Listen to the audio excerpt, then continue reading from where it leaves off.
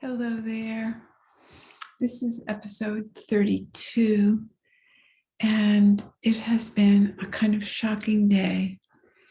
Most of you know that my daughter Melissa passed unexpectedly in 2018, and I had a friend, a Course in Miracles student and teacher, long time person in A Course in Miracles, who had a daughter pass 3 years before mine. She was much younger than Melissa, but we shared quite a bit about living the Course's way, living the non-dual traditions, in understanding in a visceral way what the words meant, that we're not a body and we're eternal beings, and also not being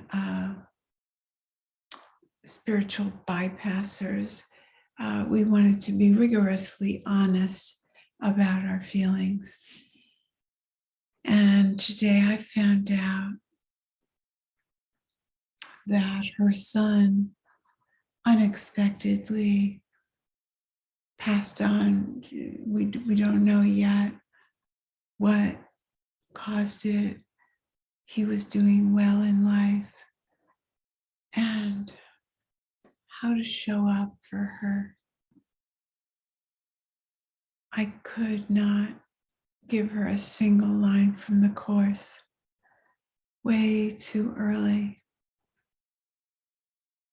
Today was a day for me to just share with her the grief. I could just cry with her, knowing the excruciating pain. Going through this a second time between her husband and her, and the shock. We did join in prayer, inviting Jeremiah in. Oh, I'm sorry if I said his name. I don't really have permission to talk about him, but somehow I feel like it's all right. I was going to call him Jay.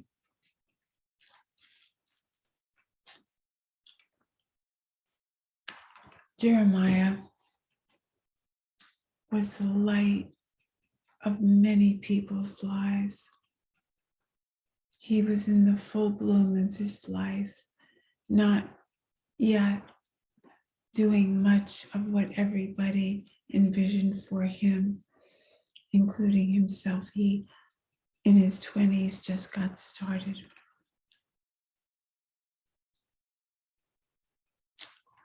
The work of Bert Hellinger in ancestral healing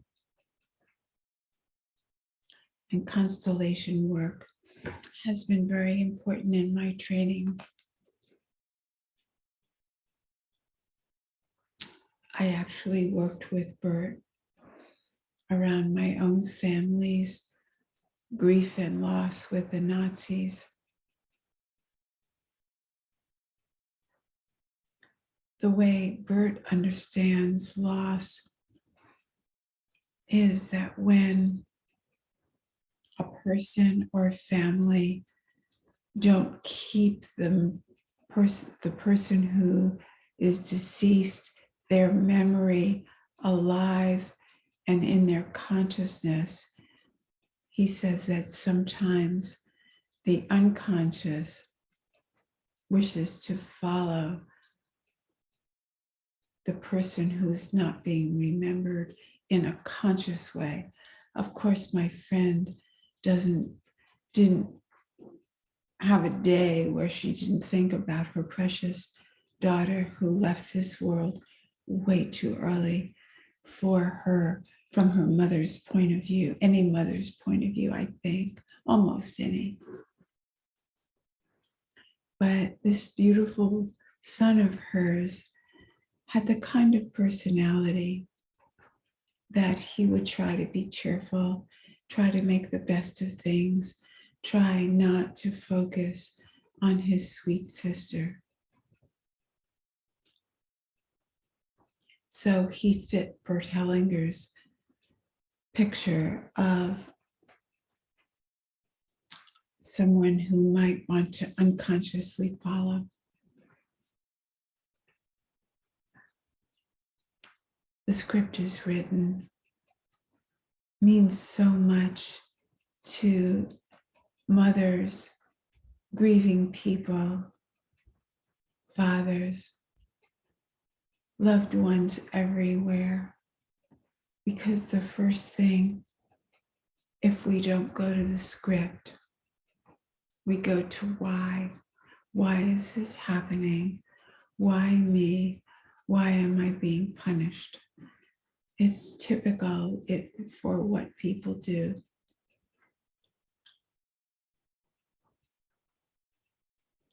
For some reason, it's not the usual lesson that somebody would pick out, probably in this situation. But lessons 29 and 30, God is in everything I see because God is in my mind. Of course, the next one follows. That would be lesson 30. The next one, it would be more typical. I am not the victim of the world I see. But for now, I feel drawn to talk about God in my mind. There's a Rumi poem that I would so love to share with you. I am so small, I can barely be seen. How can this great love exist in me? My friend is not feeling great love right now. Her heart is tortured with pain, with shock, with unimaginable grief. It was horrible the first time for her. I didn't know her then, but from what she says, it was pretty rugged. What does that mean, to love so greatly and know that we're not pumped up by the ego? So we're small in that sense, not better than anyone, and not pumped up because we're worse than anyone. Just as Dove likes to say, we're the same. But sameness also brings us to eternity and oneness. If we're not separate, then life and death ought not to be any different. There is no death. The Son of God is free. Let's for a moment join with this sweet boy and his mother and his father. And let's start out in eternity. Where is that? It's anywhere that's not inside of a body, inside this life as we know it.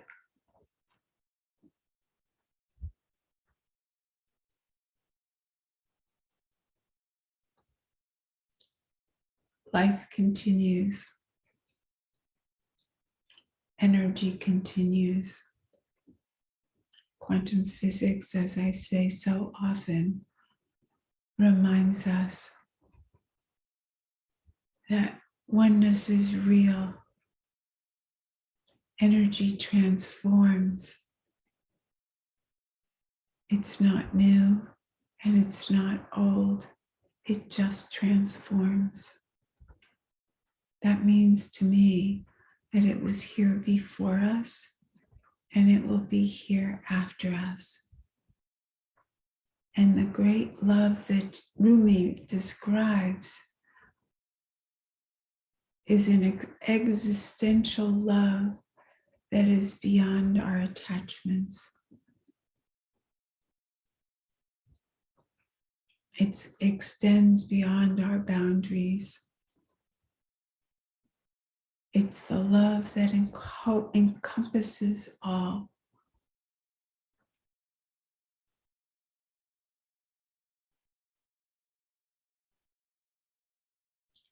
What does it mean?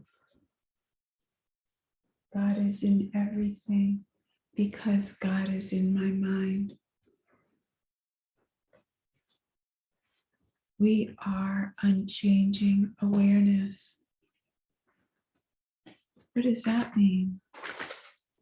It means to me right now that if we are divested of our limitations, then we can know that we are eternal beings.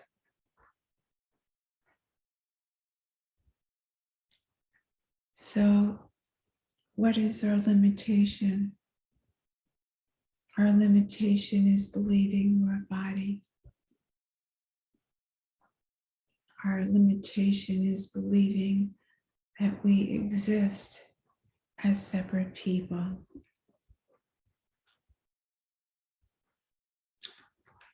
I understand that St. Francis said, what you are searching for is what you are searching from.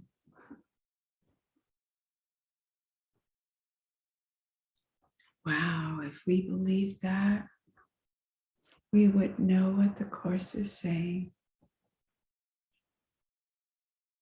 What we're searching for is what we're searching from.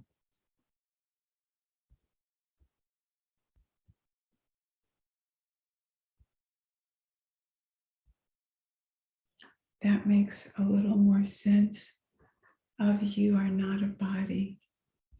You are free. You are still as God created you or me.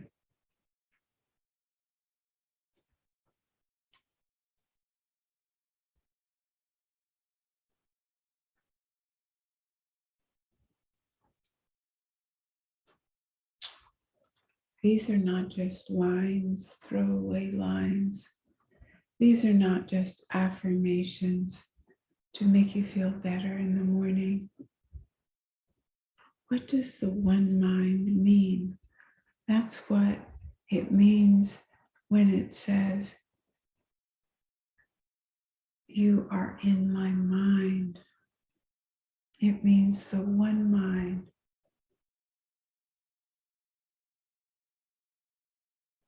That means we have no separate thoughts. We don't even get to believe one thing when our children die, and another thing, another day when we're not grieving. It has to be true always. If it's true, it has to be true always. So while this might not be the day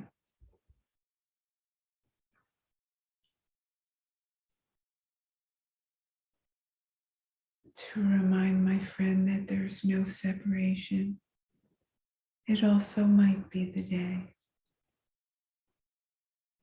We did a meditation together, a meditation/prayer, where we brought in sweet Jeremiah.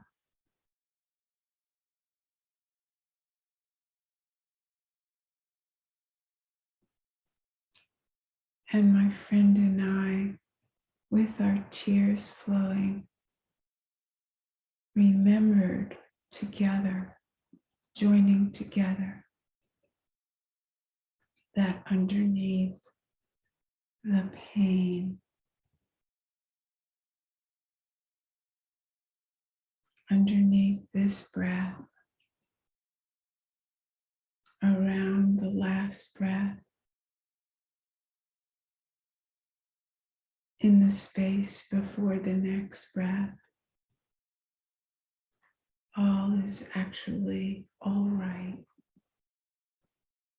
It's all right because we are the unified one being. And he has not gone anywhere except in the form of his body.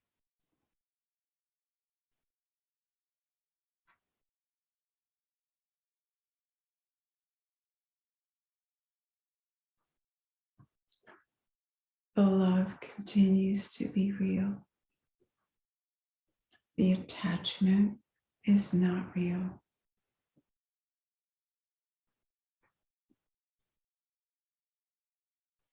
It feels real, but life is proving to us right now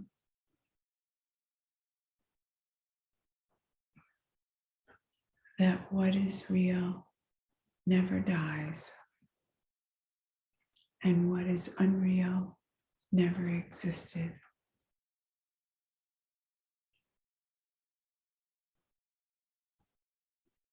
Knowing that, not just thinking that. When the Course says mind, I think for 20 years, I was thinking this small mind here. Turns out that's not what the Course means. The one mind is like the one being. We are one with our Creator.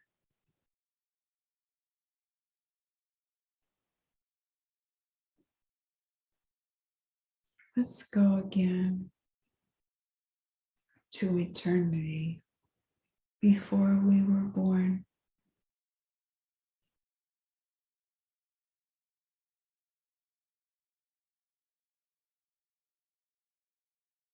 Let's leave whatever was in your day that was painful or sad or stress, or if you got your feelings hurt.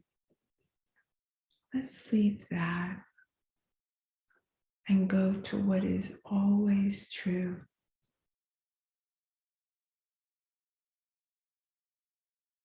You are not your thoughts. You are not your feelings. You are what notices all of that.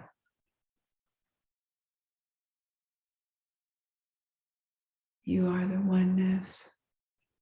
You are awareness with a capital A. The I before I am. Before you were a body, before you were a person, you are the I that has always been you. You are the I that was before you were born.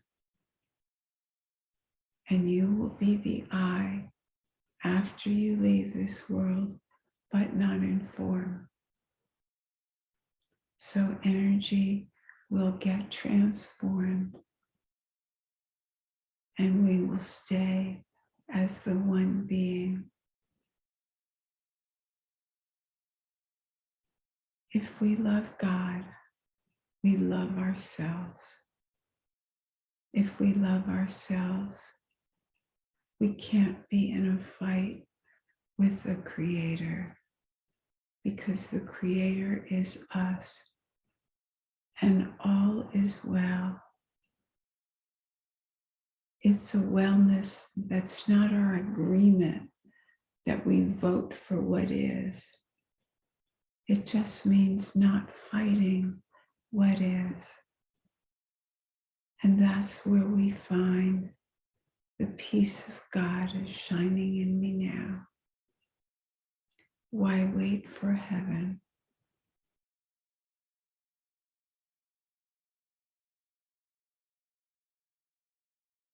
That's very meaningful now. We can cry, we can be in shock, and we can still hold the truth that underneath all of that thought and feeling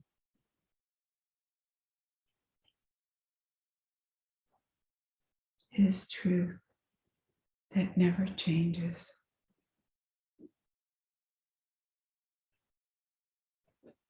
When we divest ourselves of our limitations, we know we are the eternal.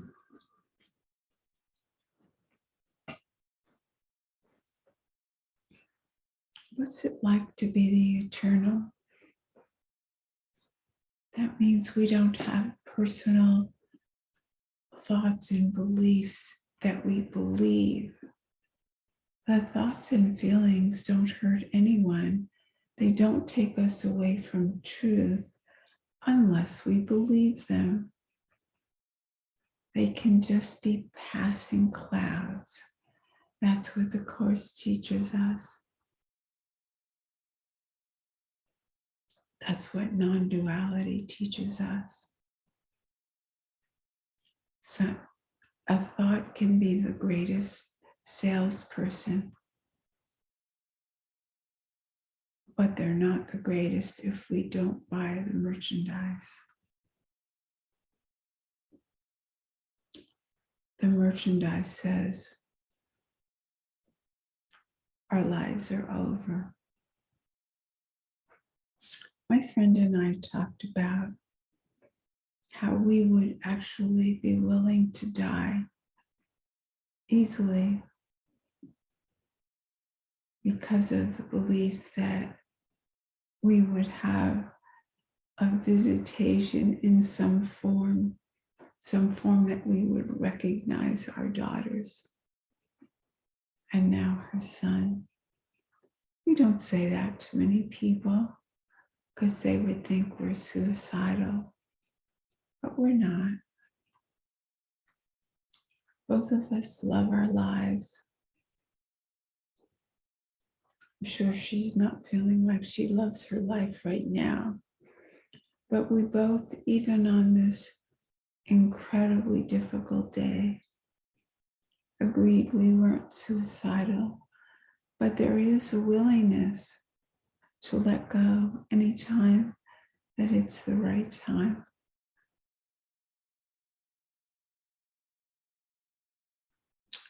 We both have reasons not to take our lives.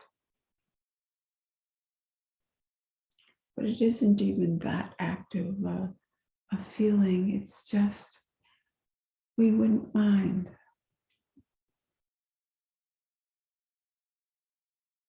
I know many of the gurus, mystics, and wisdom keepers use that phrase, whatever it is, I don't mind.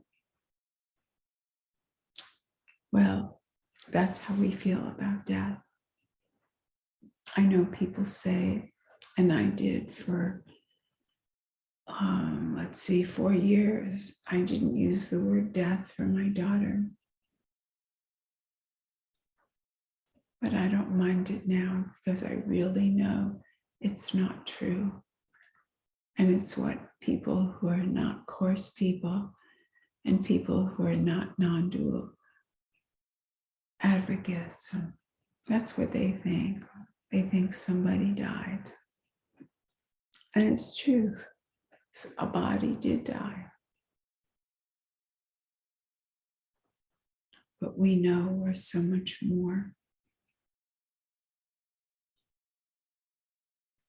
So let's all honor Jeremiah and live a life of greatness. Use the unlimited power we've been given.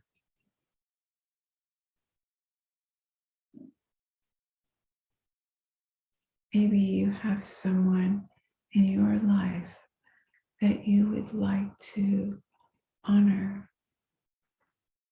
Let's honor that person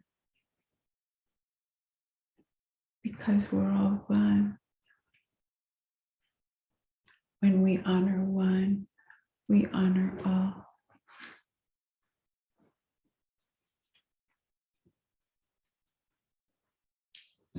the peace of God is shining in us all now.